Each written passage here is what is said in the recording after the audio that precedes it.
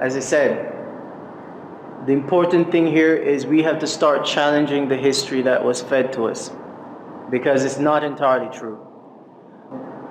To say that the history of Jamaica that I was taught at Casey or the history that I learned at university in New York is inconsistent is an understatement. Entire chunks, thousands of years of history have been omitted from what we were taught. We're not going to go that deep today. The idea today is to fill in some of the blanks and show you how it all connects to the circumstances that we find ourselves in on this island right now. Because we think that history is a dead thing, but it's not. It's the history that sets up the present and the future. All right?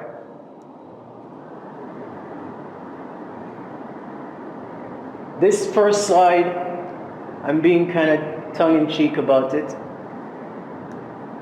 Just to make you wonder, what makes you Jamaican? And what makes this island Jamaica? You ever wondered about that? Who told you you were Jamaican? We know it wasn't God. And if God never tell you, then it can't be true. It must be that some men made it up. Anyway, history is a weapon. And much of the history that we were fed in school is a fiction. But it was told to us in order to make us accept that England has a legitimate claim to own the island, fair and square. And that we are merely immigrants here, so we can't really challenge their ownership, can we?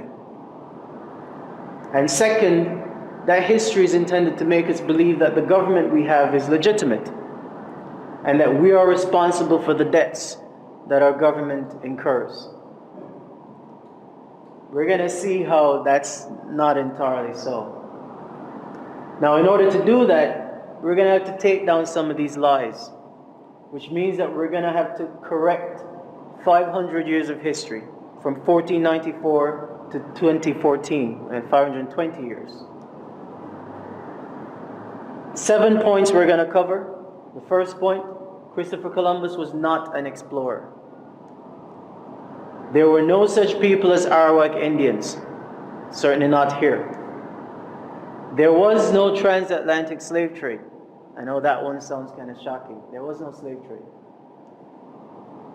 There's no such island as Jamaica. We were never given independence in 1962. We are not Jamaicans. Of course, if there's no island such as Jamaica, then there can't be people called Jamaicans, all right? And finally, the government is not ours, which explains a lot, doesn't it? They're not really working for us. All right, so first, lie. No such people as Arawak Indians. We're told that Christopher Columbus encountered a race of people he called Arawaks. But Spanish historians describe these Arawaks as docile, medium-build, copper-colored people, like the ones you see on the coat of arms, with straight black hair, and they said that they lived here for up to 10,000 years ago. Problem is, no evidence of these people has ever been found. Understand that there is no Jamaican archaeology. There is nobody out there digging up any part of this island to try to find any evidence of anything. So they found no burial grounds, no tombs, no temples, not even a bone fragment or a hair follicle so we can test some DNA. None of this, even though they say that these people lived here for 10,000 years. How do you live anywhere for 10,000 years and not leave an archaeological record of yourself? That's because those Arawak Indians never existed here. In fact, the only people that we can prove existed here in this region are the so-called Caribs. And guess what? The Caribs are not medium-build, copper-colored people, they are black. If anyone's ever been to Trinidad, or St. Vincent, or St. Lucia, or St. Kitts, where these Caribs supposedly were, you'll see that the people that call themselves Caribs are black. They do have, some of them, curly hair, straight hair, but we know that that exists inside the black gene pool anyway. Alright? There were no Arawak Indians in this entire region. Research by pioneering black historians and anthropologists revealed that the people Columbus actually encountered here in 1494 were likely the same as he encountered in America, which he wrote about in his journals. They were black-skinned, nappy-haired Nubians. Okay?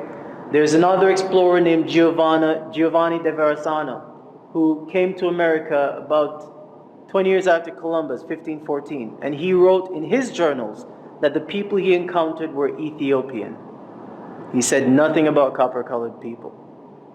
And if those people had existed in the Americas for thousands of years, it's a fair expectation that they lived on these islands as well. They lived everywhere. And we're going to see that they left evidence everywhere. So, the point I'm making is, most of our ancestors were already here. Alright? And they had been here for tens of thousands of years, as I'm going to prove. Historians have discovered what they were called. They were called the Amaru. Amaru, this is where the term America comes from. It doesn't come from Amerigo Vespucci. It came from the Amaru, because they knew who was here originally. And another name for them is the Olmec sheep. Well, guess what? Mech, sheep, ko, Mexico. That's where the term Mexico comes from.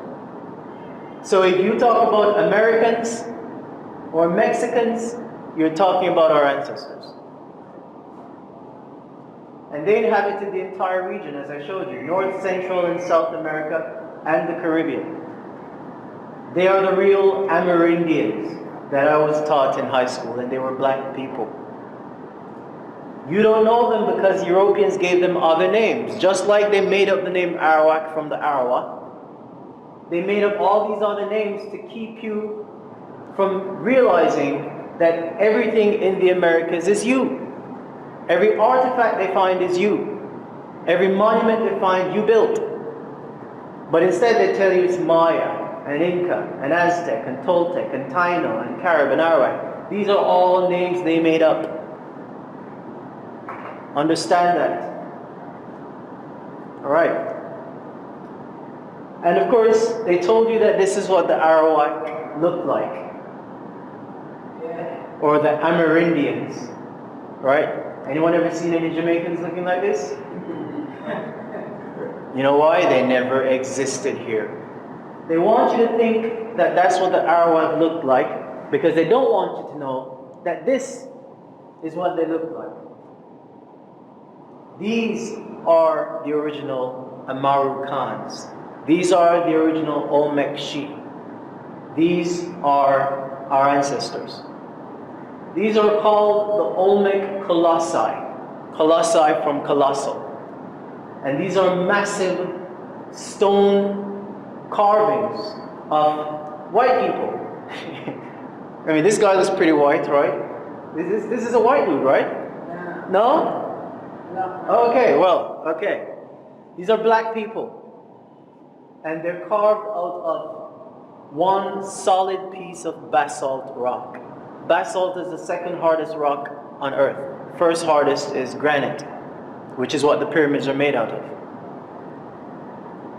And they've dated these at these heads, and they estimate that they're somewhere between 16,000 to 20,000 years old. Stop and think about that, beloveds.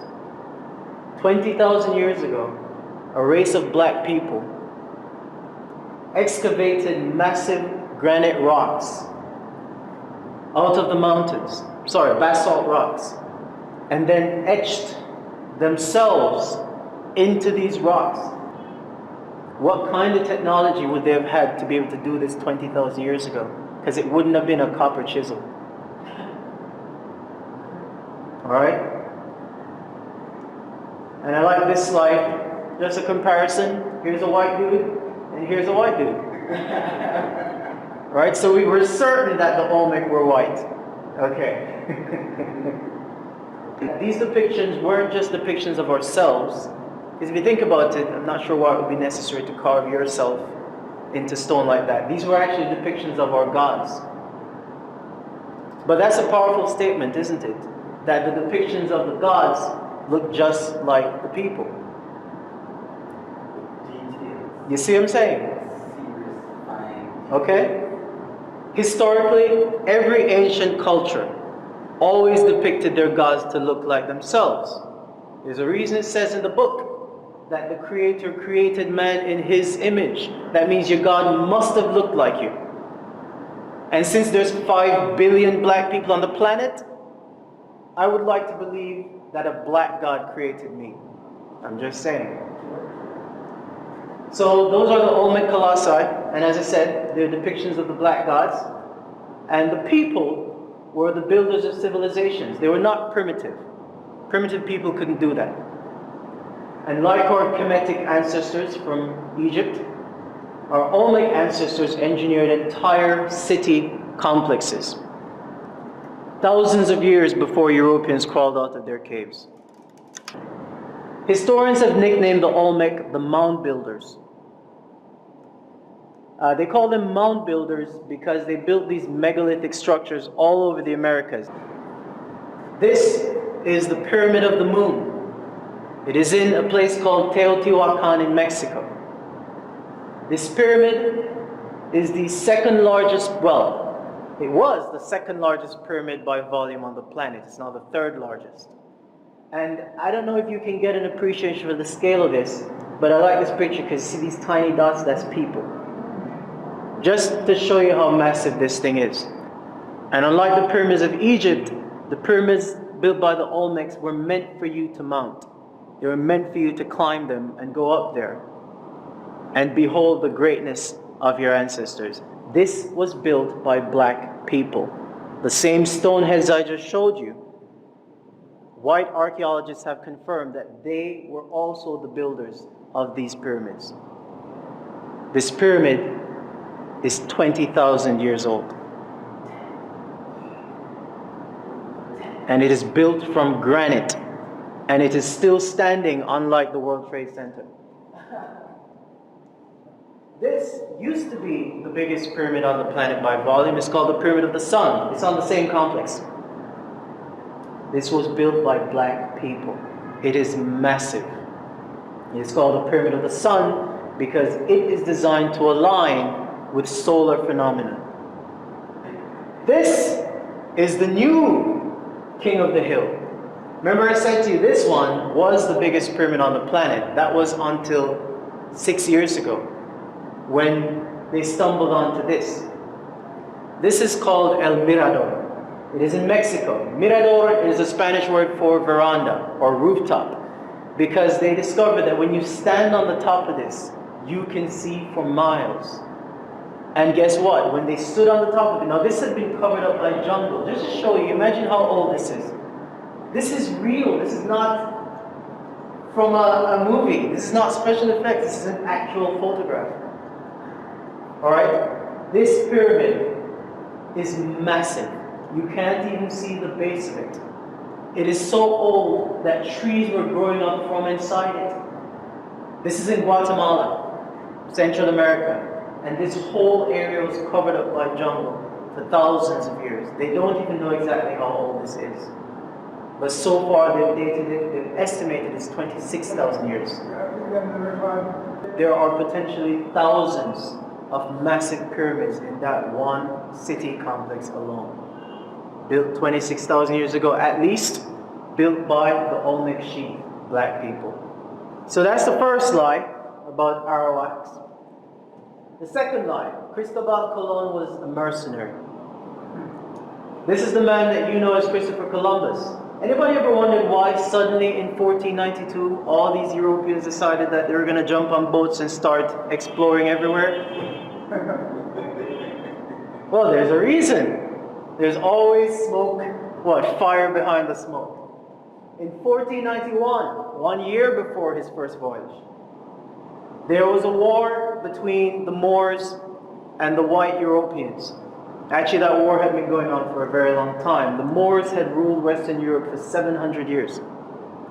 But in 1491, when Queen Isabella and King Ferdinand defeated them at Granada in Spain, Pope Innocente, I love how the popes always have nice names. Pope Pope Innocent.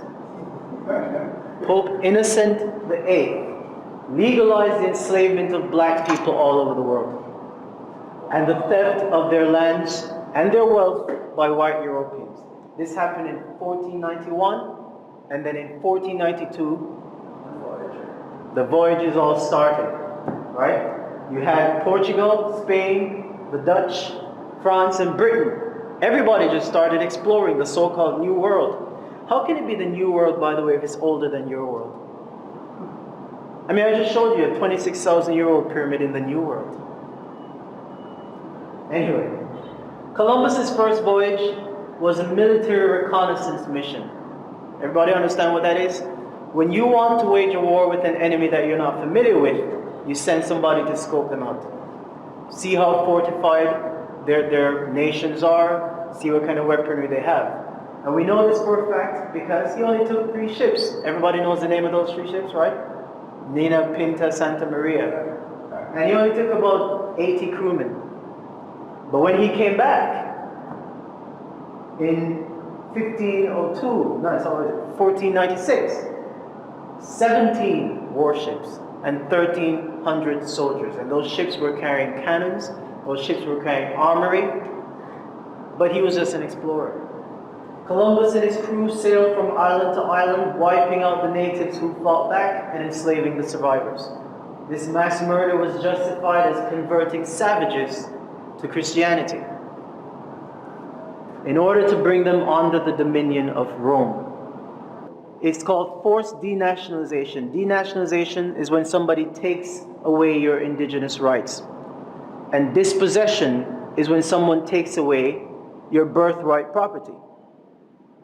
That was what this whole voyage was about. Because that was the only way they could claim the land. They had to wipe out and disinherit the rightful owners. That is why they made up the story of Arawak.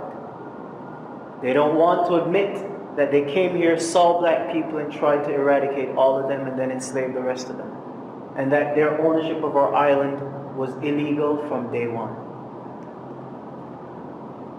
This was all done, as I said, with the blessing of the Pope and the Roman Empire, which owned the Kingdom of Spain, Kingdom of Britain, the Kingdom of France. And everything the Romans did, they carried around a red cross. We know the red cross. We're familiar with it, right? The first time we saw those red crosses was on these guys. These are the Knights Templar. Yeah. The Templar were the armies that were sent into Africa to conquer and destroy. We also know the red cross from these 3 ships come sailing in from Cristobal Colon. This is the Santa Maria, the Nina, and the Pinta. See? Same red cross. Pay attention to that red cross. All crosses lead to Rome. There's a reason that our ancestors made up that word crosses. You know? What does crosses mean in our language? You see? They knew that anytime some bad shit happened, crosses was behind it. Alright? But here's another place that you'll find that red cross that you probably never thought about. Look at this. What's that? What's this? This is a red cross. Right here. That's the cross of the Templars. This is a seal of ownership. And you know how we know it's the cross of the Templars? Because what's this? That's knight's armor. On our coat of arms. Alright? And then of course we have the fake Arawaks, the medium brown, docile, long-haired people. And out of many one people. Do you guys know that the last census, which was done in 2011, confirmed that this island's population is 98% Unions? Out of which many? Which many people? There's only one people on this island. But here you are, the Red Cross. Crosses, that's who owns the island. And of course, all crosses lead to Rome and this pedophile. This is the last Pope, Pope Benedict. I call him Pope Maledict because this is, I'm going to keep the language clean because we're recording. And again, by the way, let me just say, I mean, I know that the Christians in the room know that your religion and this man are not the same thing, okay? All right. All crosses lead to Rome. All right, point number 3. Was it a slave trade or was it a transatlantic war? The story of a massive 300-year slave trading operation that brought 12 million Africans to the Americas, that's North, Central, and South, is a cover story for the European crusade against our black ancestral civilizations. As I just said, the Pope authorized it in 1491, and suddenly they were out there discovering places full of people. Places that weren't lost were being found. The slave trade was part of a centuries-long race war. Now this is powerful stuff. This is powerful stuff. And let me not get ahead of myself. In this war, Arabs, pale Arabs, who had been in conflict with the black Islamic empires of Africa since 1189, allied themselves with the white Europeans and black Christian converts in 1491 to wage a war that would destroy every black civilization on the planet. Again, a lot of stuff I'm going to touch on. I'm not going to go too deep in it because it's just outside of the scope of this. This transatlantic war combined military invasion and genocide with biological, psychological, social, legal, and financial tactics to achieve total domination over indigenous Nubian peoples. The defeated Nubians were captured as prisoners of war. Again, we go back to the Europeans and their wordplay. The people you are calling slaves are prisoners of war. They're prisoners of war. And what you're calling a slave trade was a war. It was a race war. This strategy was done in order to dismantle families, tribes, and nations. You break them up, that's divide and conquer. To destroy languages, cultures, and lineages. And to dictate a new name, a new identity, and a new story for our people. In other words, to replace our greatness with weakness. To tell us that we didn't accomplish or build anything. We started out as slaves. So how were we made slaves? It was a process, it was a strategy. First, armed mercenaries invade your island and overpower your warriors. Check. Then they established seaports like Port Antonio and Port Royal and Old Harbor and Kingston and Port Morant and Runaway Bay. These are ports from which to coordinate their massacre of the native populations. Step 3, you then enslave the surviving population. Obviously, if you show up here and let's say he wiped out 1 million Nubians on Jamaica in 1494. What do you think the other million are going to do? I mean, that's what you call literally putting the fear of God into people. So we walked into slavery, some of us. Some of us fought back, and we know who those people were. Step 4, you then prevent them from teaching one another. We take so many things for granted, but understand that 150 years ago, it was illegal for black people on Jamaica to learn to read and write. It was against the law to teach a Negro to read or write. Do not take it for granted, beloveds. Use your intelligence. And step 5, you impose a foreign religion that teaches the natives that they are savages and their invaders are servants of God. Now, I just want to say ahead of time, I'm not attacking anybody's religion. Because frankly, from my perspective, the blackness comes first. I really don't care what you call yourself. I call myself Buddhist. I don't care what you call yourself. You can pick any religion. But the blackness comes first. Alright? So when I talk about Christianity, I'm talking about Christianity in the context of history.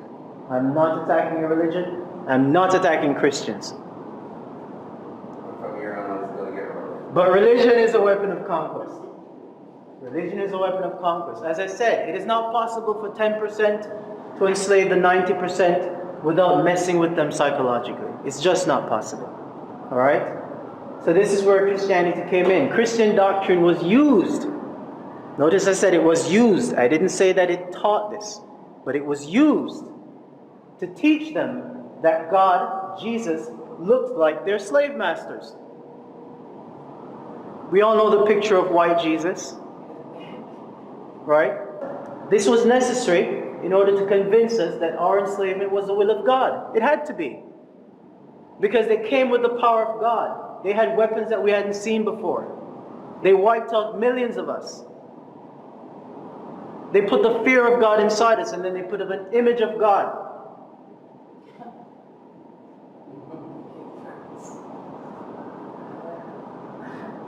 And we feared that image. Because every time we saw him, the slave master. Every time. Every time. That's why we were obedient. And it wasn't just that. But I want to show you that this is what makes this possible. You see that? This is from an island in the Pacific called Tuvalu. It's one of the last colonies that Britain conquered in 1968. Ain't that some shit? Right after we got independence, they were still going out there conquering more black people. They gave these people independence in November 1978, the year and month I was born.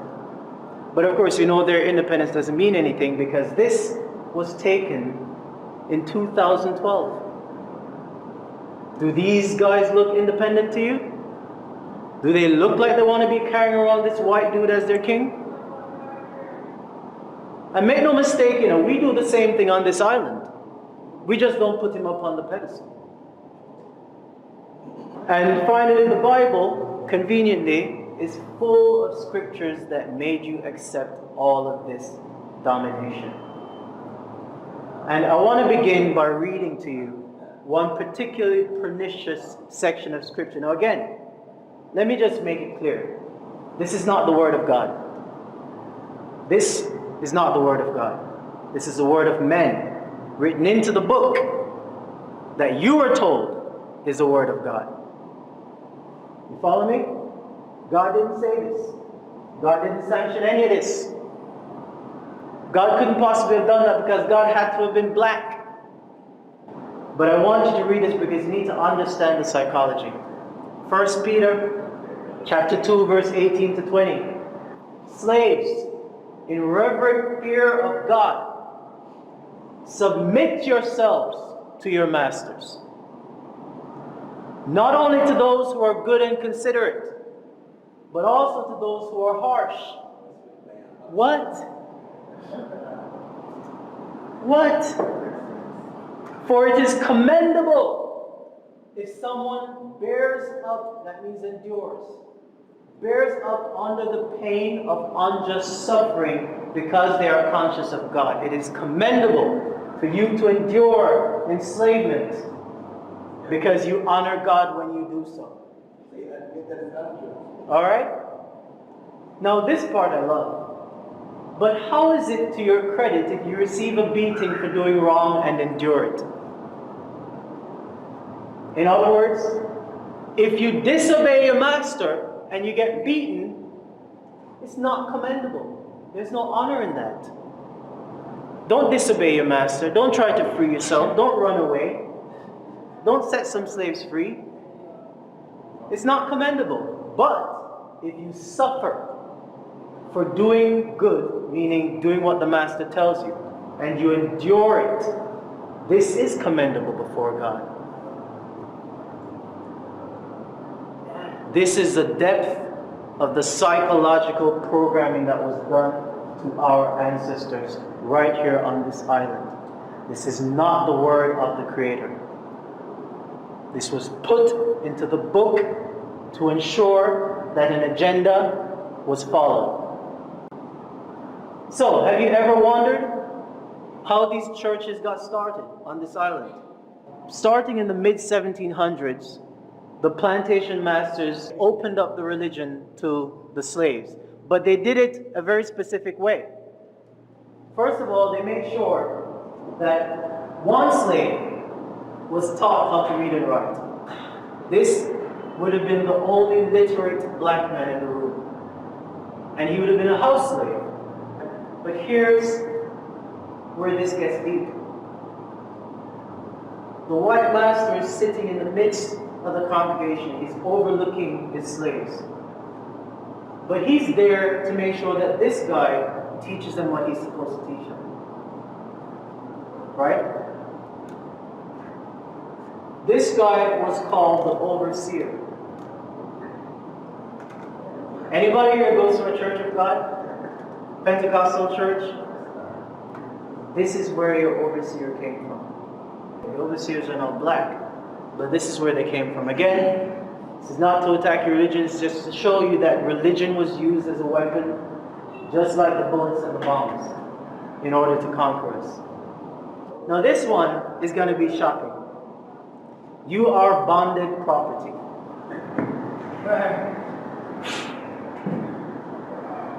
A slave is bonded or bounded, same word, same root. Bonded, bounded, binded, same root, same word. The Spanish has succeeded in stripping the island of all its gold. We know that because we know that Columbus, after 6 years in this region, went back to Spain with so much gold that the price of gold collapsed in Europe, and suddenly gold was worthless. So the British couldn't rely on gold. The Spanish took all of that. This island had two things that were more valuable than the gold. This island had agriculture, and it had black people. And so the British figured out a system in which they could use both of those resources to their advantage. This is the beginning of what you know as stocks and bonds. What was the stock? Your ancestors. Livestock, cattle, chattel. You've heard the term chattel slavery, chattel's property. This is where it comes from. It literally comes from cattle, from livestock. That's why they used to literally brand the slaves with a hot iron, just like they did their cows. So that was the stock. The bond was the certificate of ownership. So I, Ramian Reynolds, would be a stock. And the piece of paper that says that Mr. Reynolds owns me would be my bond. Alright? And that bond carried a value. A field slave, or I should say a warrior slave, was worth more than a field slave, was worth more than a house slave, was worth more than a female slave, and so on. So the bonds varied in value. Alright? The buying, selling, and trading of these bonds is what became known as the stock exchange. Like New York Stock Exchange, like London Stock Exchange, which by the way was founded in 1678. So we know it was right there in the slavery mix. And I'm going to show y'all what a modern bond looks like.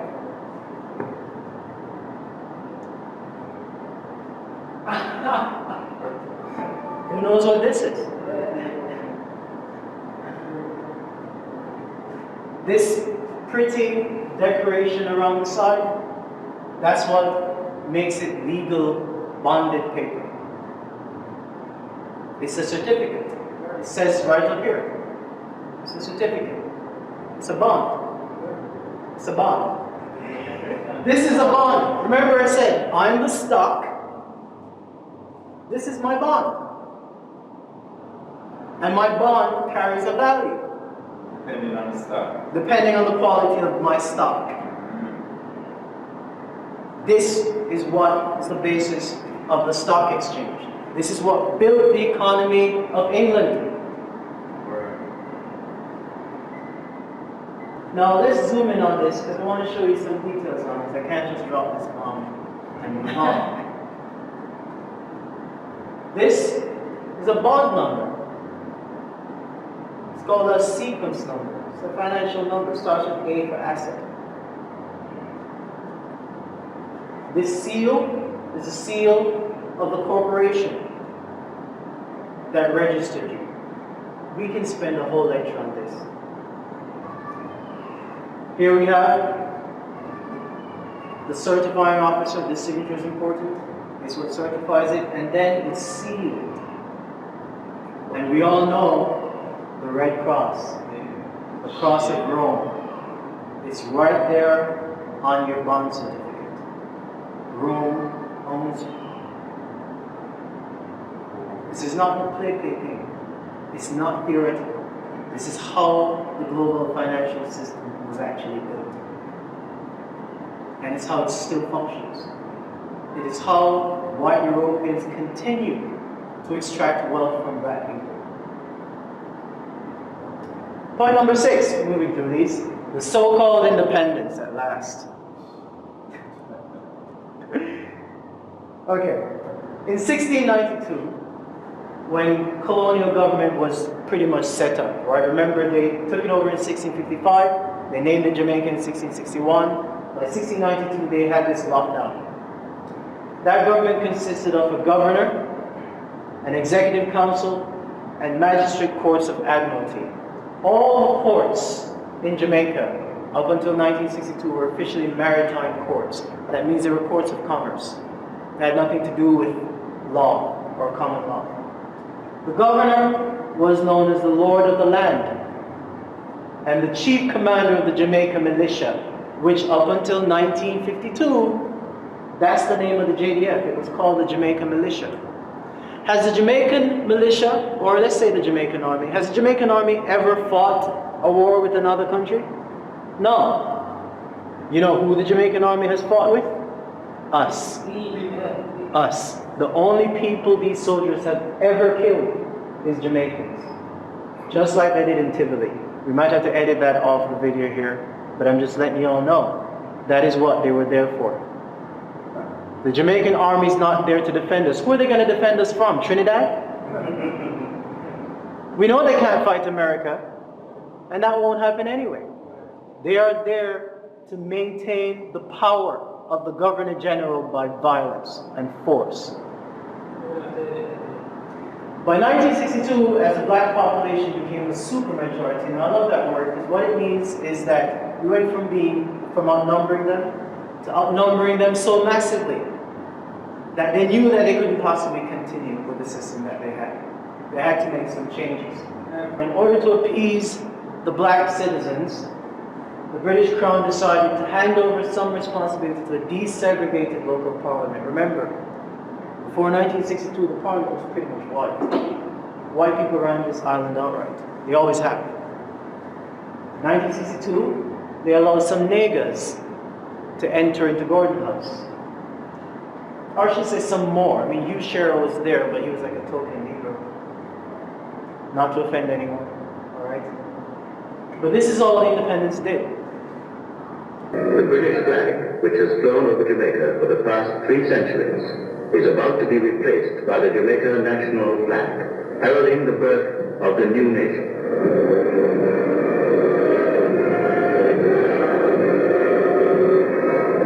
The lights go out. The Union Jack is lowered, and the new flag of Jamaica raised.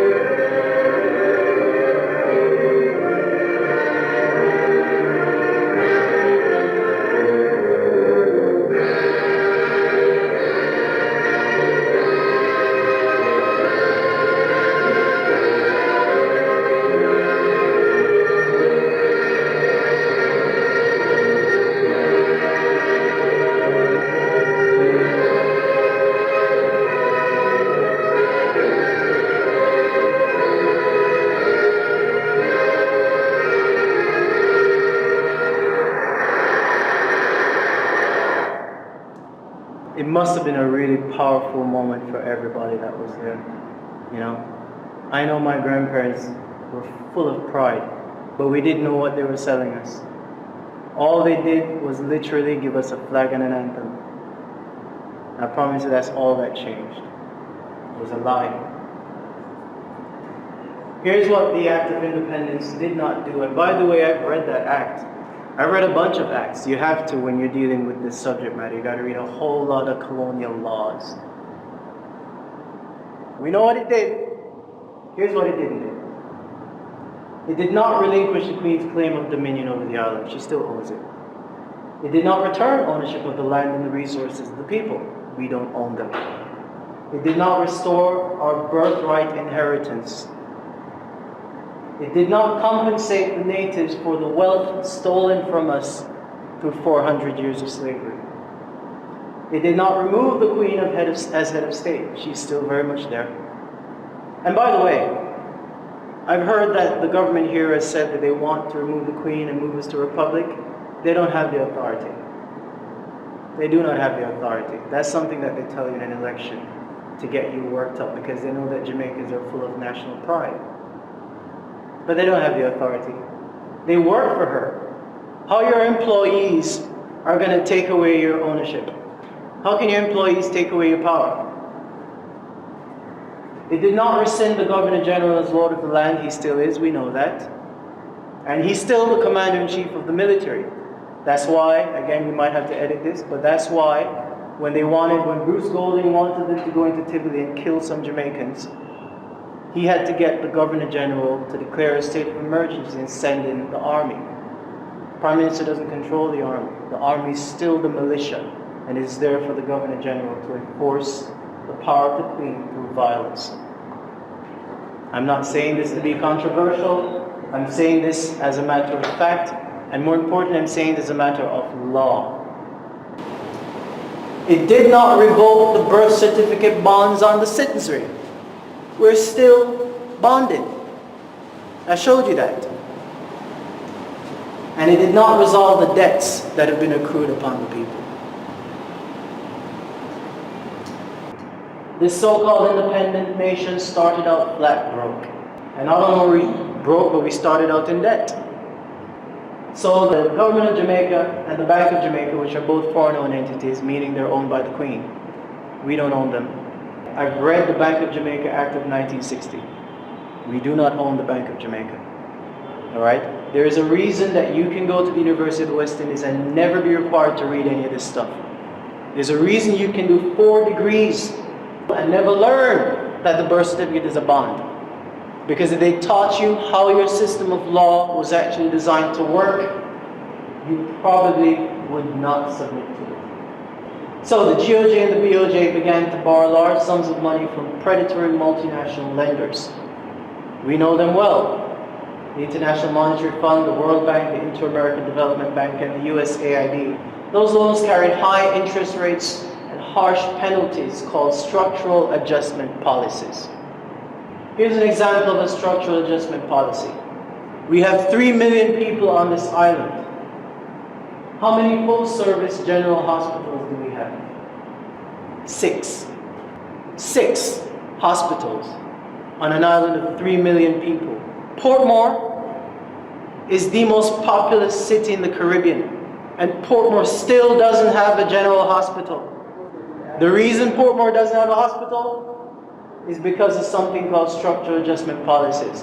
When the IMF lends you money, they tell you what you can spend it on. And they told us explicitly, you can't build no new schools. We haven't built any new schools in 20 years. We haven't built any new hospitals in 30 years. This is why. This is the grip of poverty. The other thing that these structural adjustment policies have caused is the sell-off of all our resources. That's why we don't own the bauxite. We don't own the tourism industry. We don't own the telecommunications company. We don't own the power company. We don't own the water company. We sold out all the farmland. We sold off the airports. We don't own them. So 52 years later, as we were waving flags this August, those SAPs are essentially running the economy. They dictate everything from the value of the dollar to the rate of income tax to whether a school stays open or your road gets fixed. Today, half of every dollar of tax you pay goes towards servicing the debt. And the other half, by the way, goes to royalties and the bondholders. Your taxes do not finance your country at all. At least your income tax doesn't, not the dollar of it.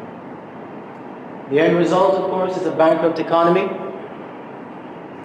There is a group, a think tank in Washington, D.C. called the Center for Responsible Economic Policy.